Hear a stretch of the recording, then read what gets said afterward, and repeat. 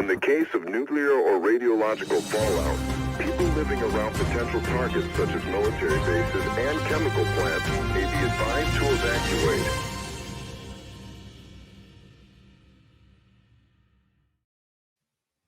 Hello, Sublation Magazine readers, Sublation Media viewers, Sublaters. It is a Sublation Magazine show. I'm Douglas Lane. And I'm Ashley Frawley. As always, I want to tell you all to click all the buttons and press all the bells and subscribe and support and like and comment and do all of the things that that YouTube wants you to do and that we want you to do here at Sublation. But we have this week we're going to be talking about an article from Sublation Magazine. Yeah, and I wanted to say before we get into what we're talking about this week, if you subscribe on Patreon, you get a Monday lecture from yours truly. And this week is looking at crime and deviance, which probably doesn't sound all that interesting, maybe if you're not interested in that sort of thing. But we're looking at theories of how to understand why people don't follow rules and why it can sometimes be evil to follow the rules. So, right, and want to learn about that. Right. And the other thing I'll tell everyone is that one of our patrons recently told us that we were posting too many things and filling up their email, especially on Mondays. So what we're going to be doing going forward is we'll post when we post the video or the audio of one of our streams or our podcast, we will include a link in the description to the video or audio version. Probably it will be the audio version, the link in the description to the video. That way we won't send you two emails, but just one. All with one of our brilliant patrons thought that up. I think we may actually release the lecture tomorrow in order to not stack up emails all on Monday. And yeah, we produce so many good things for people that they actually are starting to complain to. They complain to me, you're producing too many good things. Slow down. Please, I'm getting my money's worth. Too much. That's too much. So I'm not gonna. We're not gonna produce less. If I didn't produce this much, I don't know what I would do with my time. But we will make it so you can click on one email and then find, everything you need, or as much as we can make it.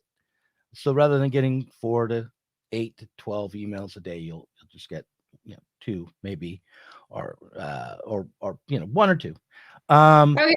So this week, what we have is we had an article in Sublation Magazine by Ralph Leonard, one of my favorite articles. I would say that because I agreed with it 100%, where Ralph takes us through egoism as the basis of communism. Now, a lot of people at home might be clutching your pearls. Well, hold on tight, because I think that is exactly correct. You might be drawn to socialism and communism because you feel that you are a good person or you want to do good in the world or you feel an altruistic impulse. But I actually think that is contra socialism and communism according to Marx and Engels. And we've got Ralph Leonard here, the author of that article, to discuss it. Hi, Ralph. Hi. So yeah, thanks for coming on the show. Thanks for writing for Sublation Magazine. I enjoyed reading it aloud for the audio article patrons, which I'm going to stop hawking the Patreon in just a second, I swear to God. But if you sign up, you can listen to every article or most of them that that gets published at Sublation. And the last one I did was yours, Ralph, and it's called Egoism, the Basis for Communism. Why would you write such heretical things that run against what everyone knows communism is about, which is turning yourself over to the state, having your mind erased, becoming part of the Borg collective, and becoming a efficient cog in the machine? But the FBI is good, Doug. It's on our side. God, we're not going through this again. I haven't talked about the FBI yet. Don't bring it up or I'll never stop talking. All right, Ralph. Well, how did you come to write this article? One of the consistent themes in debate in politics is always this argument between individualism versus the collective, and which side do you fall on that? And I think most people, and even most socialists, sort of presume that socialism is on the collective end of it, while I know liberalism is like on the individual end, and that's bad, and we're the good guys because we're for the people, the collective, etc., etc. And I wanted to kind of overturn that orthodoxy, because what because this sort of conflict between the individual and collective, between egoism and or self-interest and you know altruism, for lack of a better term, is a false one, and it's actually comes out of an antinomy within bourgeois society, within capitalist society, I should say, because bourgeois philosophy or even liberalism has a understanding between individuality and the collective, that the freedom of the individual is the precondition for the freedom of society.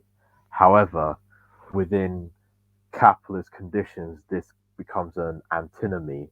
So individuality becomes individualism, collective becomes collectivism. So what you then have within liberalism is this sort of split, where you have libertarians who emphasize the individualism part, and then modern progressives emphasize the collective part, which is basically, statist management of capitalism and technocracy.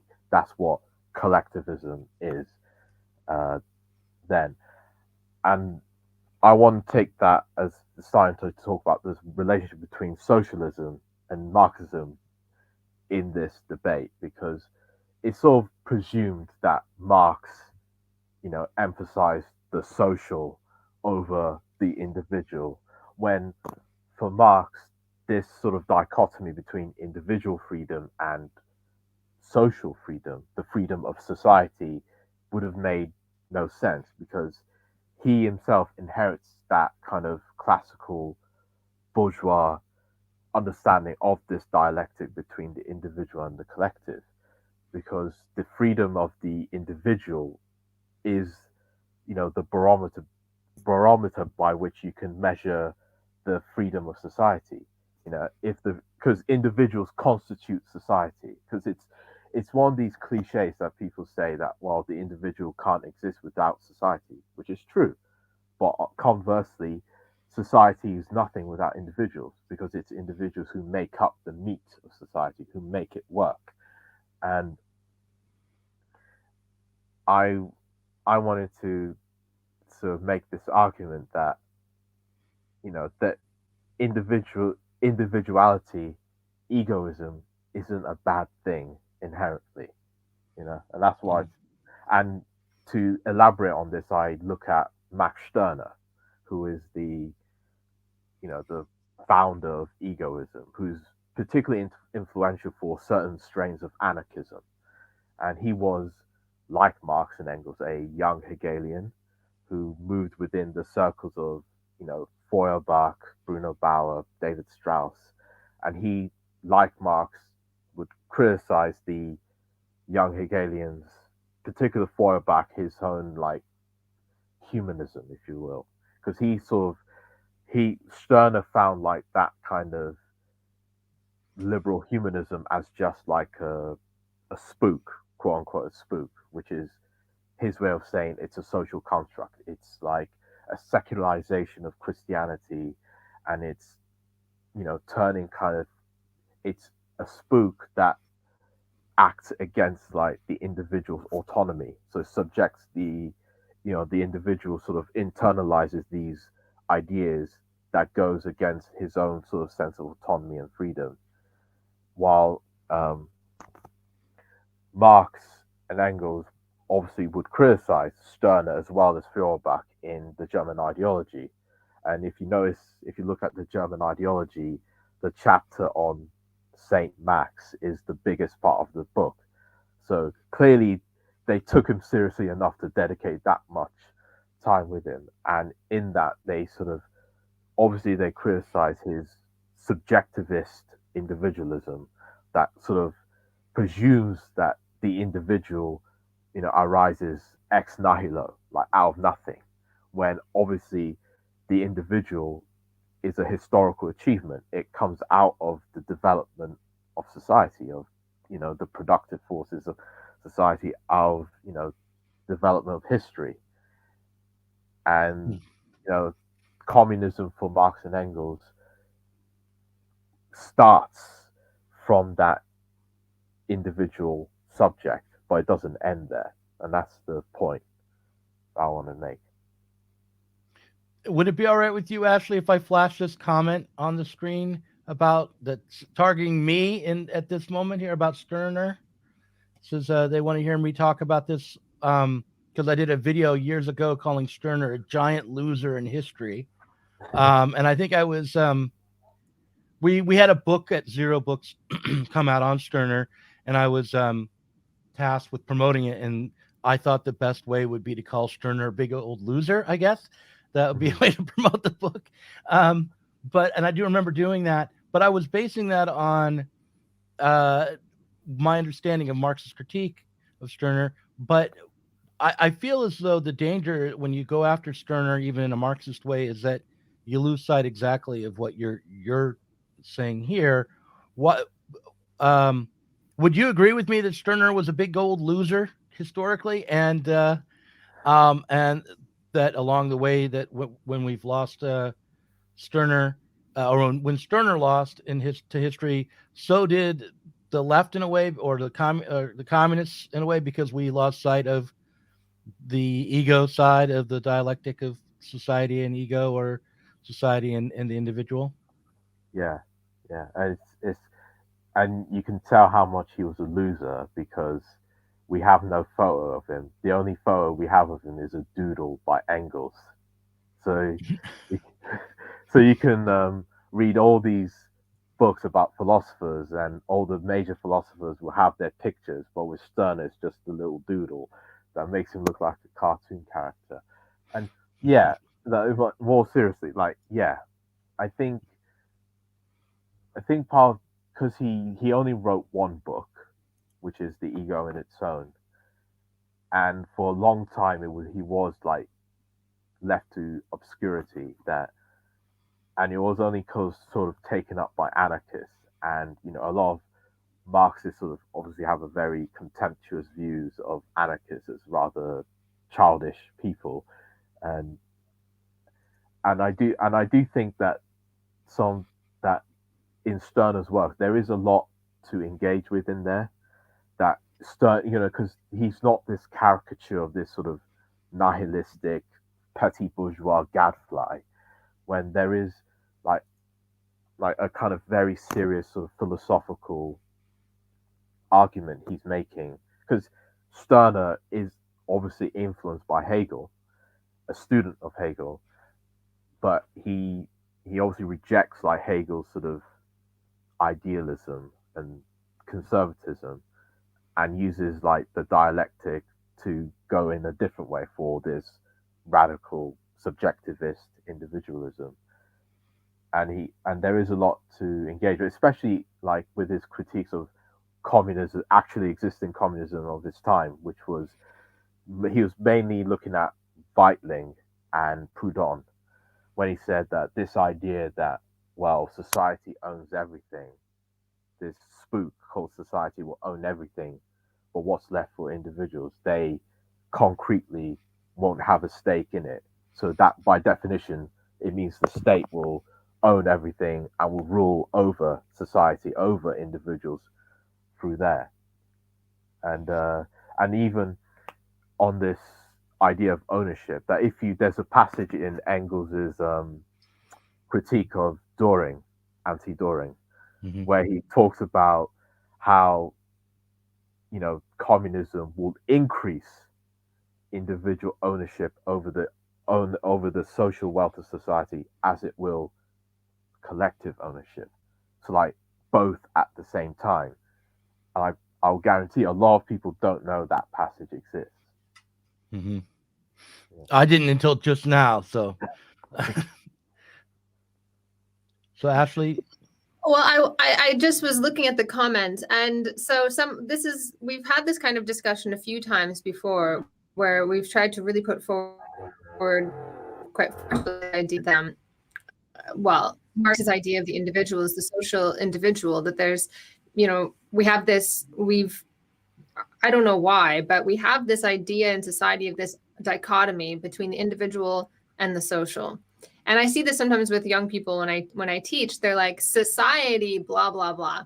And I'm like, are you not society? Like, as though the job of the individual is to kind of to like seek refuge in some mythical pre-social self that is the true self. So you have this kind of idea of individualism that floats around in the culture as being oppositional to society, as opposed to Marx's idea, which was being a social being. You are an individual. You are capable of being an individual because you are so embedded in society. And this is also like a basic understanding of sociology. Of the sort of great social theorists all said basically the same thing. The more complex society became, the more, as Marx would put it, the more socialized production has become, the more we are free to be individuals. This is the paradox of individualism. The more that we socialize production under capitalism as well, capitalism is highly socialized in the sense that labor is so divided, so much given over to society that you spend very little of your time reproducing your own existence. Anyway, so this creates this sort of individual. But every time we kind of have this discussion, I get these comments where it's like, well, surely, and it'll give me some example, right? Oh, then I can do this and still call myself a Marxist. So if someone says, so if I get rich from being a professional union buster, I can just rationalize my actions as being the actions of a rational maximizer of self-interest and still consider myself a Marxist. What do you say to these kinds of things where people say, come on, surely there is some morality that people should engage in that is a key part of the socialist project? So, well, I would put it like this, that if we take what bourgeois society says about individuals on its face, that people are rational, self-interested, autonomous individuals, yet the contradictions of capitalism likewise are fetter on that self-interest, on people's ability to flourish themselves, to grow their ego and like that, then logically people will band together and create a union of egos, to use Stirner's phrase. He wasn't against cooperation. Even Stirner wasn't against cooperation, to overturn this system, to transcend it, to realize a new society that can make individuals flourish, so that the free development of each is the precondition for the free development of all. And as for, yeah, of course you have people who will do who would do things like professional union busting, but then that's like infringing on the self-interest of the workers, is it not? So I could make the argument the other way, that the workers' self-interest is in fighting against the union buster. It's just as rational for them as it is for the other person. yeah, I would go on. Can I add to that? I want to say, back you up completely and say, the problem, I think what Sean Moon is thinking here is that if we don't include an altruistic motivation in our socialist politics, we will end up acting, in the short term like the professional union buster. And what I would say is that the underlying assumption here is that it is impossible to break from capitalism, that we will not be able to cooperate together and organize together to take the fetters off of our own production. And therefore, anytime anyone tries to maximize their own self-interest, they will be put in opposition to others, and they are permanently in competition only with others, whether it's in the labor market or as a capitalist boss or some sort of police men hired by the capitalists. And what the communist ideal or the socialist notion is that no, we have the capacity as free individuals together to cooperate to change our conditions and create a world where it is in my rational self-interest immediately, not just in the long term theoretically, but immediately, to maximize your potential, like you reaching your potential and reaching your interests, just as it is, in my interest to reach my own. But I think right now we do live in a society where it's very natural to look at your neighbor and see when they're doing well, that means that you're doing poorly, and that we're set into opposition with each other. And I also do think that in the future, even under communism, there will be areas where one person doing well will be a zero-sum game from time to time. Like a musician creates a great work of art and everyone's listening to it. That means some other musician isn't being listened to. But there'll still be competition. There'll still be competition, and even for bourgeois classical philosophers and political economists, even competition had a kind of social benefit that even people who would lose would still benefit, because labor is cooperative, so still the people who would lose from competition will still gain from the products of the winners. Now, under capitalist conditions, that competition is more like a more social Darwinist struggle between all against all. But in communism, one would hope that competition would still have this social benefit to it, because you're not going to get rid of, like you say, the musician who creates a brilliant work of art, and people will be spurred into either emulation or, I can do one better than him. So you're not going to get rid of that. Right. And you wouldn't really want to, really. No. I think one of the key points that you make in the article is really gets at the central idea here, which is that, which is what Engels wrote in a very overexcited letter to Marx, that egoists would have to become communists of necessity. That if you were truly egoistic, you would have to become a communist. As Oscar Wilde famously said in The Soul of Man Under Socialism, the great thing about socialism, obviously I'm paraphrasing, the great thing about socialism is that it would relieve us of the sordid necessity of having to live for others. And this is what we do, right? We spend the greater portion of our day, usually depending on how much your particular capitalist is extracting surplus value at what rate, but most of us spend the greater portion of our day living for someone else. And that would be reduced greatly under communism, by producing, by allowing us to unleash the benefits of socialized production, which is already underway under capitalism. But now another one of the pushbacks that I get, and that we have got a couple of times, particularly when we've talked about the side of this, that what is it that makes all of this possible in communism, the future that we imagine possible? And we always say, well, it's abundance, the abundance that capitalism made possible, that socialism will free for humanity. And people will say, no, that is just not possible. And it would take several Earths, you've heard the argument 1,000 times. Do you get that pushback a lot? Because I know that you are also a big critic of degrowth. Is that something that you are able to respond to?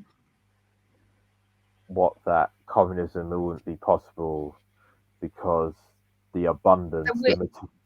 Yeah, the idea is that socialism would of necessity have to curtail production, and therefore, to a certain extent, freedom to consume, would have to hold back things, would have to hold back the standard of living, at least for a portion of the world. Perhaps in more advanced varieties of this argument, they will say, well, the developing world can catch up to a certain point, but the rest of us are going to have to hold back.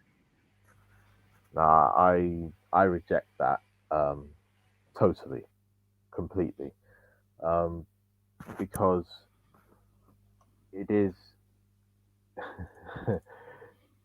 because it rejects the idea of development, and it has this sort of utopia of a steady state economy that kind of there's just this limit that we have, and humanity has to sort of stay within it for like, I presume for eternity, lest we like go overboard and destroy ourselves.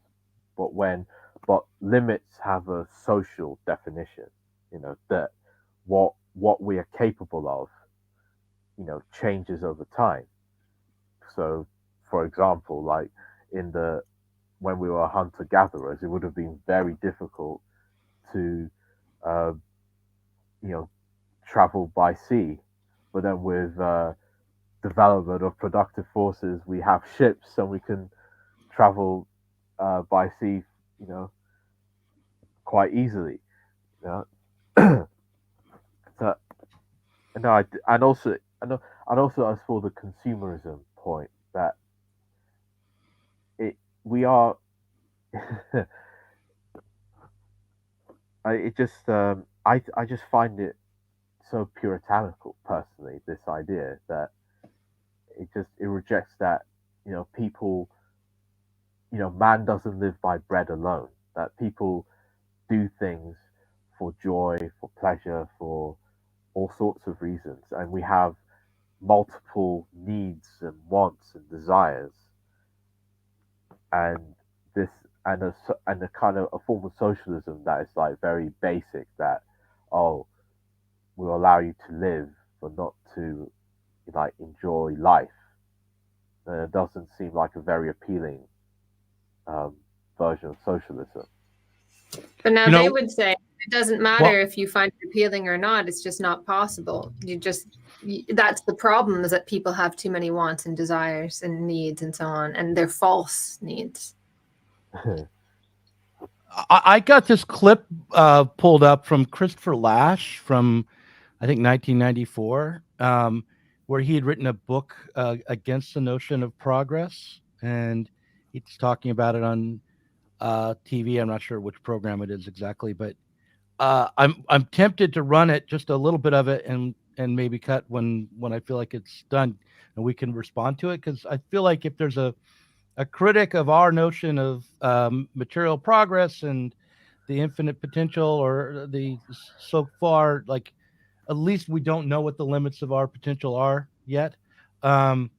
It might be someone like Christopher Lasch, who was, after all, a socialist, at least in the beginning of his life, and I think all the way to the end, really. But that could be contested. But I'm going to share this, and let's see what we think of it. In fact, to confront one's opponents, to confront ideas you don't like in their most compelling form, so that it's easy enough to indict an ideology in its crudest forms. In this case, the crude materialism of the 80s. But historically, the idea of progress, which I claim originated in the 18th century, specifically in 18th century political economy, which ties the increase in human wants and tastes to increasing productivity and increasing consumption, and hence gives the belief in an ever-expanding abundance, an ever-expanding productive machinery, some solid basis, in fact. But couldn't one say that was a bastardization of the idea of progress? Well, of the heavenly city of the 18th century philosophy? But I don't want to argue that this was only a materialistic belief. On the contrary, I mean, Adam Smith, who's quite clear about this, makes it explicit that when he talks about productivity, he is also interested in the expansion of human culture that is required to support an increasingly productive system, so that this vision of a marvelously productive machine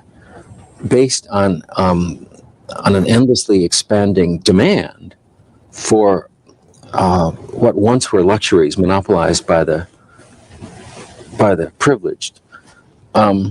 These new wants included taste for not just material comforts and conveniences, but the tastes that go along with education, with rising levels of taste, and so on. So it's a quite generous belief that has plenty of moral content as well as material. You say moral content. Yeah, I assume that the expansion of ordinary people's tastes and their capacity to enjoy the finer things of life, I assume that is a morally, it's a sentiment that we would approve of on moral grounds. A moral sentiment, but you say approve of. You seem in this book and in others to have related material progress to the degree that it is related to materialism and otherwise to a diminution of the moral standards. Well, there are two things that give me pause about this imposing body of belief, which has been dominant in our culture for a long time. One is the fear that since the whole thing is premised on a seemingly limitless abundance, this premise may be highly questionable in an age when more and more attention has to be paid to ecological limits. I concede that this in itself is a controversial issue, and that not everybody agrees about this. I haven't tried to argue that case. I've simply assumed it. But you would. You made the assumption. Yeah. That this can't go on indefinitely. The attempt to, the democratization of luxury, if you will, has built-in limits. Imagine what it would mean to export the American standard of living to the rest of the world. So that's one reservation. But the other one, perhaps more serious reservation, has to do with the notion of democracy that seems to me to be bound up with the idea of progress. It's essentially what this assumes is a democracy of consumers, when there's any democratic content at all. Often there isn't. That's in the great, it's in the decade of the 80s, when the democratic content of the progressive vision had sort of receded from view altogether. But insofar as it's there, what's envisioned is a democracy of consumers. The other tradition that I'm eager to rescue envisions a democracy of citizens and producers. That is, it rests on a much more active notion of democracy.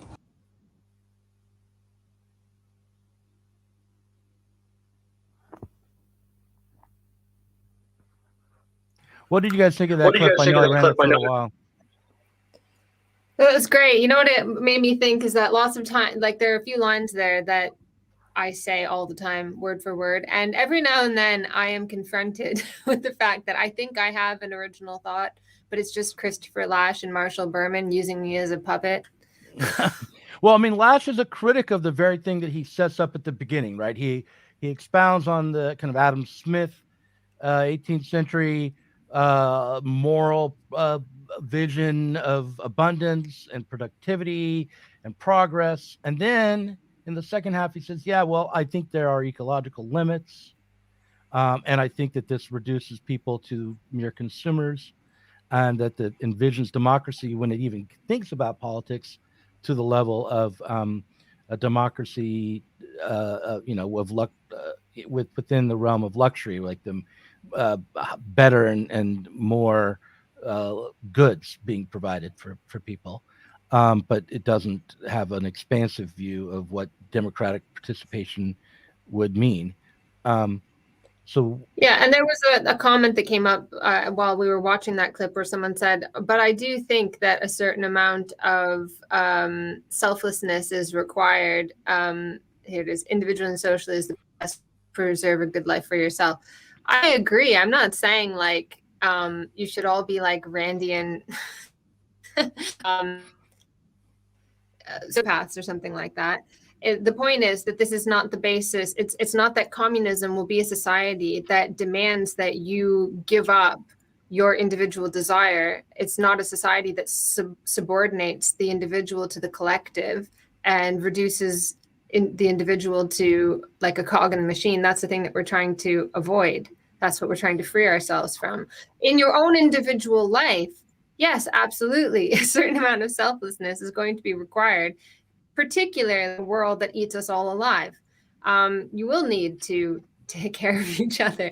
And indeed, even to sort of bring, I don't know, in some situations, in some revolutionary situations, some people will take part in a longer term process that they will never themselves enjoy the fruits of.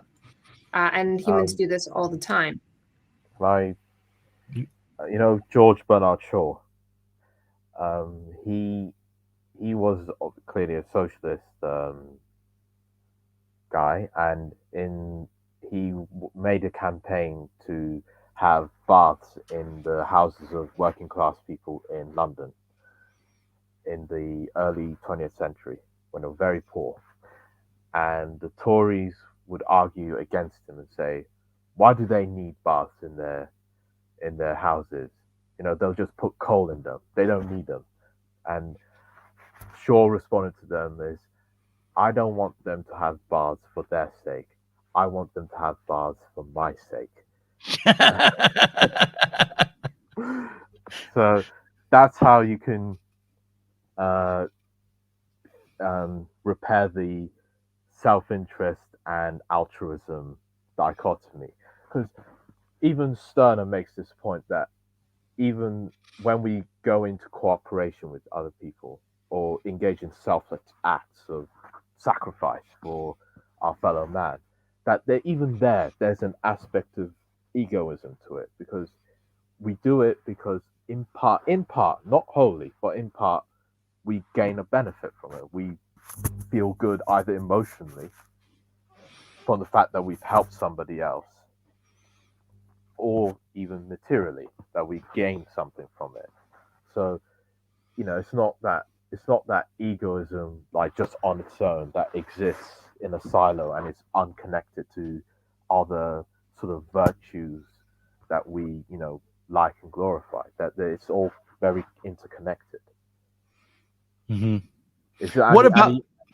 He criticized people who denied that there wasn't an egoistic element to it, that there's just some kind of pure selflessness that existed. Right. Yeah, I mean, I completely agree. That's a great observation. I love the George Bernard Shaw quote there.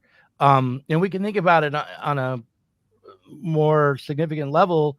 For instance, if after the Soviet Union had collapsed, the West and the United States in particular have been able to help Russia develop a strong economy, a secure place in the world, and so on, we would not be fighting a proxy war in Ukraine at this moment. The idea is that, at least the notion is that as all the nations develop and enter into relationships, even through the market, that this will create a kind of security and a civility that benefits those who are already developed, as well as those who are developing. And so, obviously that's what I would want. The question is, but what about this ecological limit that Lash just assumes, he says in this clip? Like,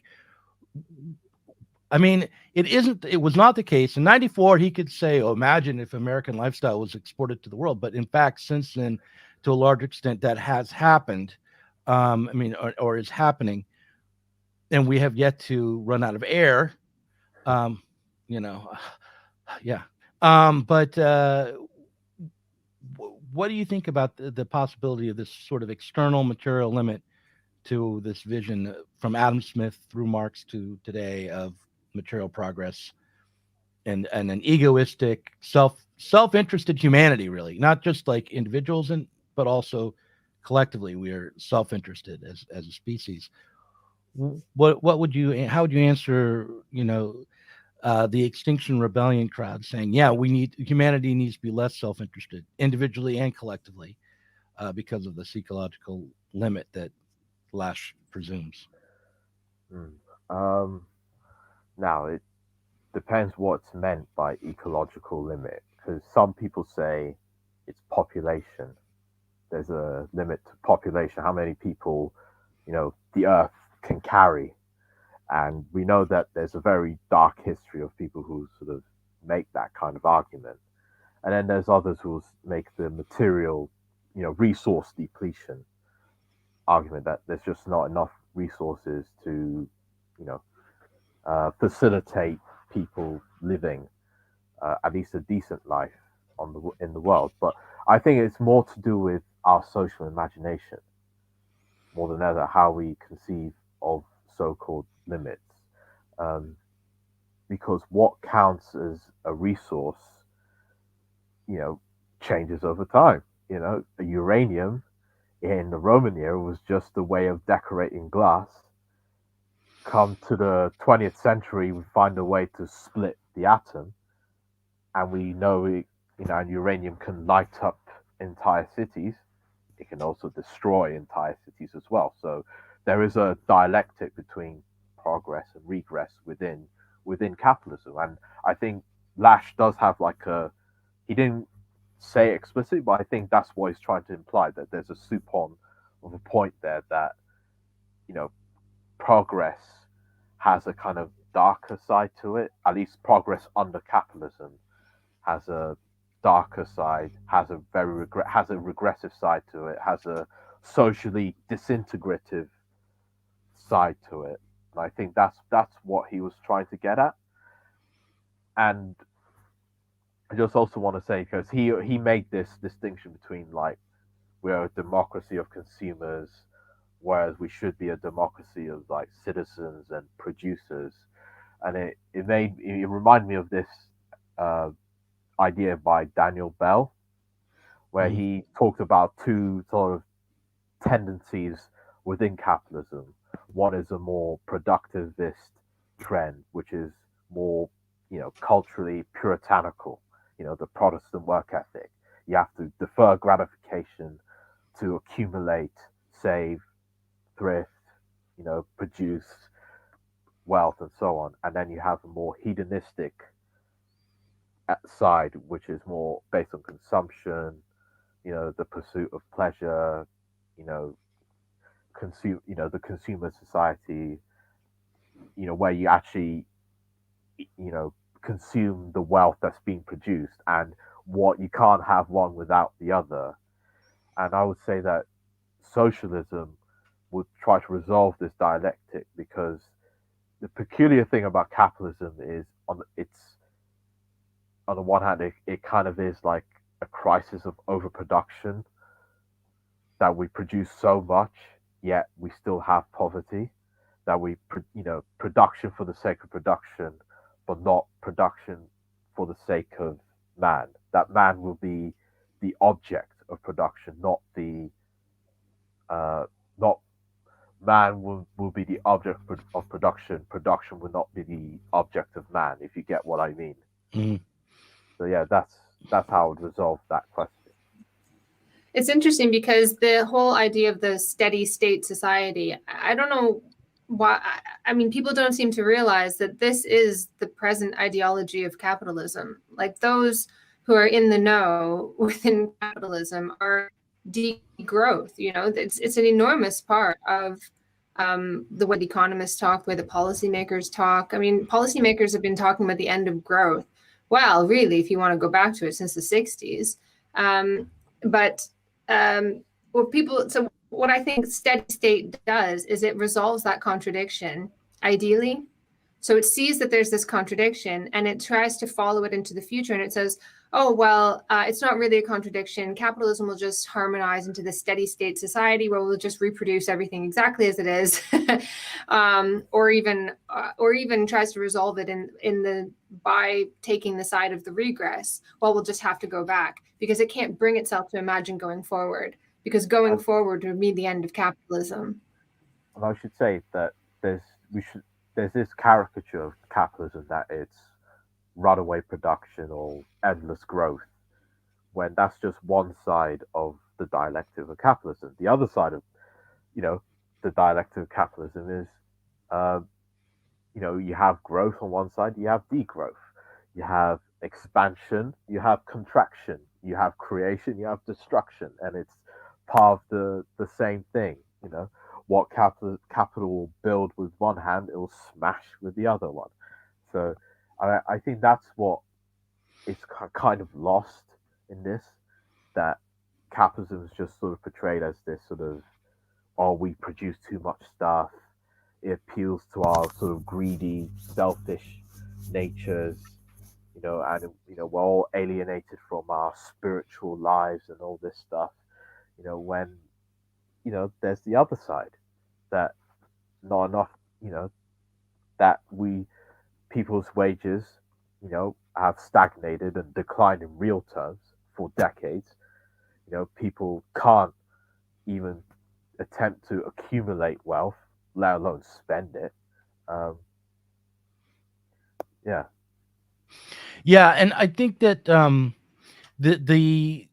the idea that we have a steady state economy, and that also that capitalism is only about production, or that it kind of produces things, and then its benefactors consume.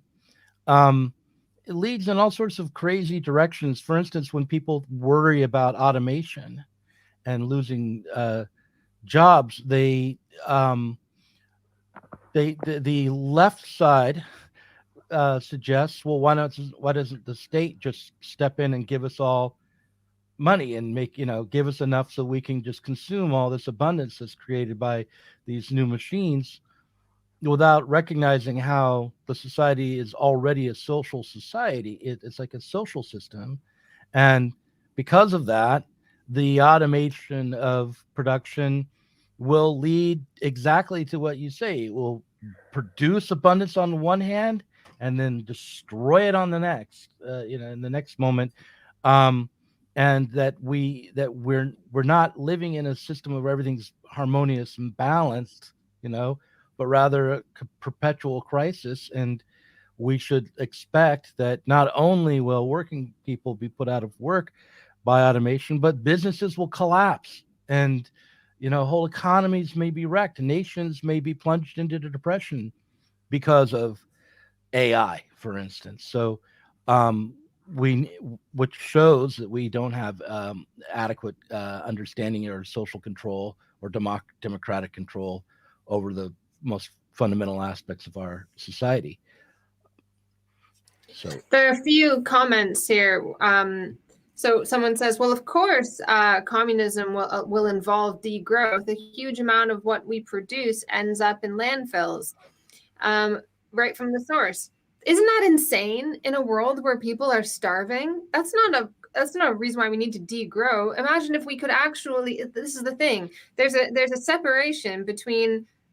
Like demand isn't demand in terms of what humanity wants. Demand is demand that can pay, right? So if you can't pay for it, you'll just you watch all the food getting thrown into dumpsters, saying, oh, we should produce less food. There are fucking starving people right next to the fucking dumpster and they lock it up. It's not like we don't produce enough or we produce too much for human need. We don't. It's alienated from human need. Imagine what world we could live in if that stuff didn't go direct to the landfill, but instead went to humanity. And that's more symptomatic of the irrationality and anarchy in capitalism's production process. It's not to do with the fact that we have the capacity to make this much stuff. It's more to do with the anarchy within how it's produced and distributed. So then communism will have a more planned and rational way of producing and distributing, all the social wealth to fit human need, not under capitalism where we have the capacity, we can see it's there, but it's just not executed well. Light bulbs are the great example in my mind, because the early light bulbs that were produced would last years and years and years. There's a light bulb in a firehouse, and I think in Philadelphia, that's been burning for 100 years. And the light bulb manufacturers realized that they would sell their light bulbs and then no one would buy their product for years and years and years. And so they all got together and created standards for planned obsolescence, so that no one would manufacture a light bulb that would last any longer than a certain number of cycles, or could be turned on and off a certain number of times before it burned out. And that's the world we live in. We live in a world where you have to get a new phone every couple of years because the products, the machinery inside itself starts to sort of malfunction, it seems to me, and the software gets updated in ways so you can't keep running your operating system on it. You're constantly, things just break down.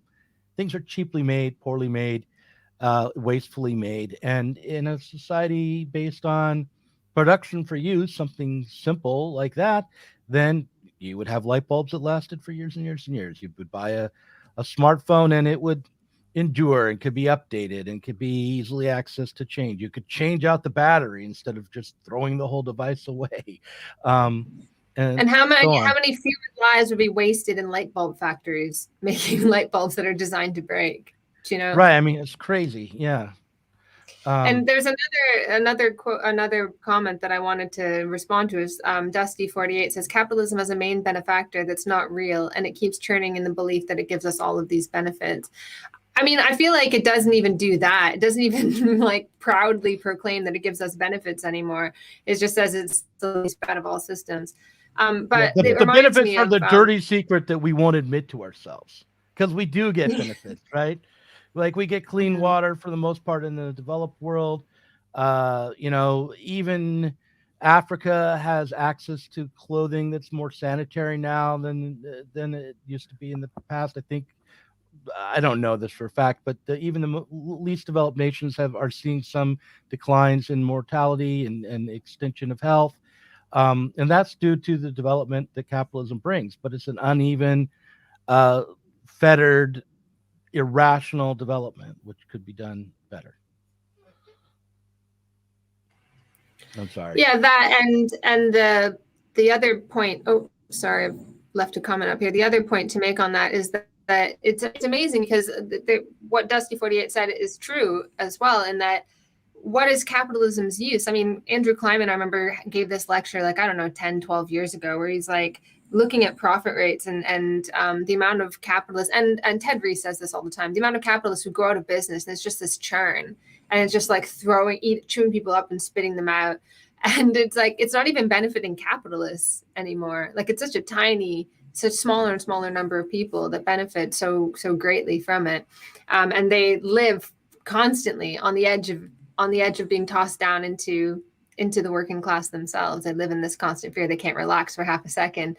And this is the system in which we live. And of course, like we're pretty comfortable saying this. Like, again, you would be shocked to hear people who have a lot of money, the way that they talk about capitalism. It's a rare sort that will sit there and extol its virtues. They will talk about how it's really awful, it's really terrible, and it's bad for our soul. That's why I like to go to this island and off the shore of Mykonos, and I really get in touch with this yogi that whatever.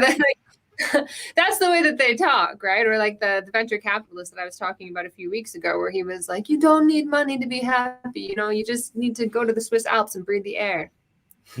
Yeah. Like, I love that quote. They talk, right? They sound like capitalists. Like capitalism is defended as the least bad of all the alternatives, not as the best of all worlds. It also it reflects like a doubt even within like the bourgeoisie and the votaries of capital about progress itself, because yes, it is true that there is like in the Victorian era there was like a very quite vulgar notion of progress, which is what I think Christopher Lasch was talking about. there. That was like this sort of very linear, very evolutionary sense of progress that, well, we're inevitably going to get to the better world there until the First World War, and then that sort of all crashed. And you do see like echoes of it, like with Steven Pinker, with his book. Like you do see like an effort to try to sort of recover that old sense of capitalist progress or bourgeois sense of progress. And while I think Marxism does believe in that, it does inherit all of that progress stuff from the 18th century, but it also acknowledges, and this is where it would differ with liberalism, that there's also the possibility of historical regression, that progress is not just a linear straight line, that it's more like a zigzag, you know. Right. And you could say we are living through, you could say that we are living through that a period of historical regression. Yeah, I definitely think we are. How long do you think that's been going on, Ralph? This regression? Depends. Like you could say for 50 years, or you could say for over 100 years, you know. Right. I should say that someone is definitely going to comment like, Ashley, what are you talking about? No one extols the virtues of capitalism. Okay, there is a particular sort, mainly on Twitter, an anti-woke kind of crowd that will, of a contrarian impulse, extol the benefits of capitalism. But even then, they are like, they'll talk about the benefits of capitalism by talking about the horrors of socialism, and sometimes in like caricatured, horrifically funny, unintentionally hilarious ways, like Jordan Peterson, for instance.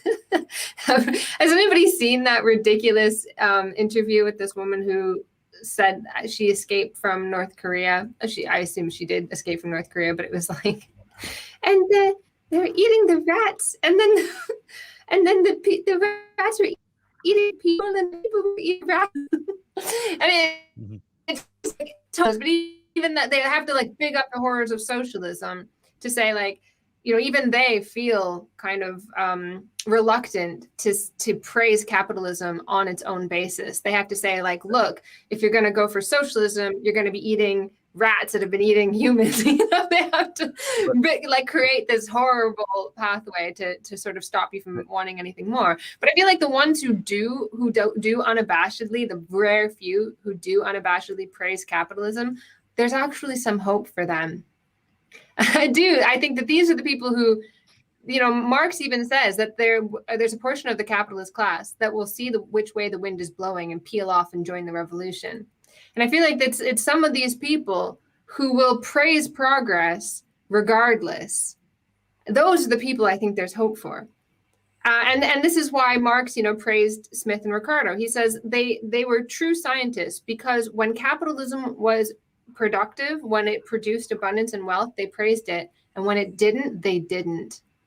They didn't apologize for capitalism. They critiqued it when it stopped producing wealth. And Marx says that capitalism is not an absolute system for the production of wealth, but at a certain point becomes a fetter, and it must be burst asunder, and it will be burst asunder in the same way that feudalism was once a productive system, and when it was no longer productive, humanity left it behind.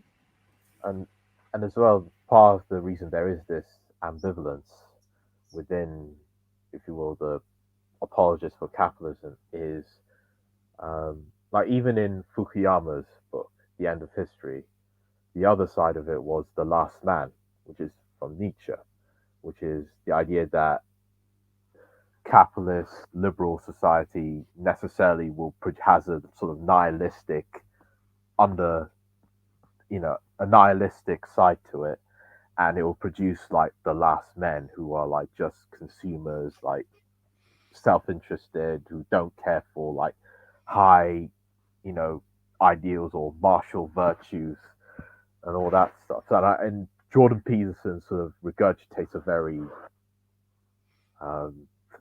simplistic version of this argument, because he likes to sort of invoke Nietzsche's Death of God, a lot. That society no longer has like a ethical concrete to base its values on, and this is as a result of like secularism, liberalism, and he wouldn't say it, but capitalism ultimately. He wouldn't say it like that, but yeah. So there is that sort of dialectic that produces this ambivalence about capitalism, even among non-Marxist people. You know, we've been talking for an hour now, and I think we should move over to the Patreon side of the conversation. Ralph, can you stick around for a little while longer, or do you have somewhere to be? You can. Oh, that's great. You know, for people who, I had a whole segment planned out, and then I preempted myself by running Christopher Lash instead, but I think it was worthwhile. But if you want to see me start to unravel and start to rant and rave, you could go over to the Patreon, because I'm going to be doing the doublethink moment over there. So I've invented in my head anyway a new segment called your doublethink moment of the day, and I'm going to be to this time it pulling from the Majority Report as a contemporary example of doublethink, and you can see what it is over in the Parrot room. Anything else that we should say before we log out here, Ashley? Just that I'll be responding to a couple of the comments that have come up in our chat, especially regarding, well, why do we even have growth as a metric? Maybe we'll just come up with a different metric. I wrote a whole book on this, so I'm going to go ahead and talk about that. Okay. All right. Ralph, anything before I click the button? No. Okay. In the case of nuclear or radiological fallout, people living around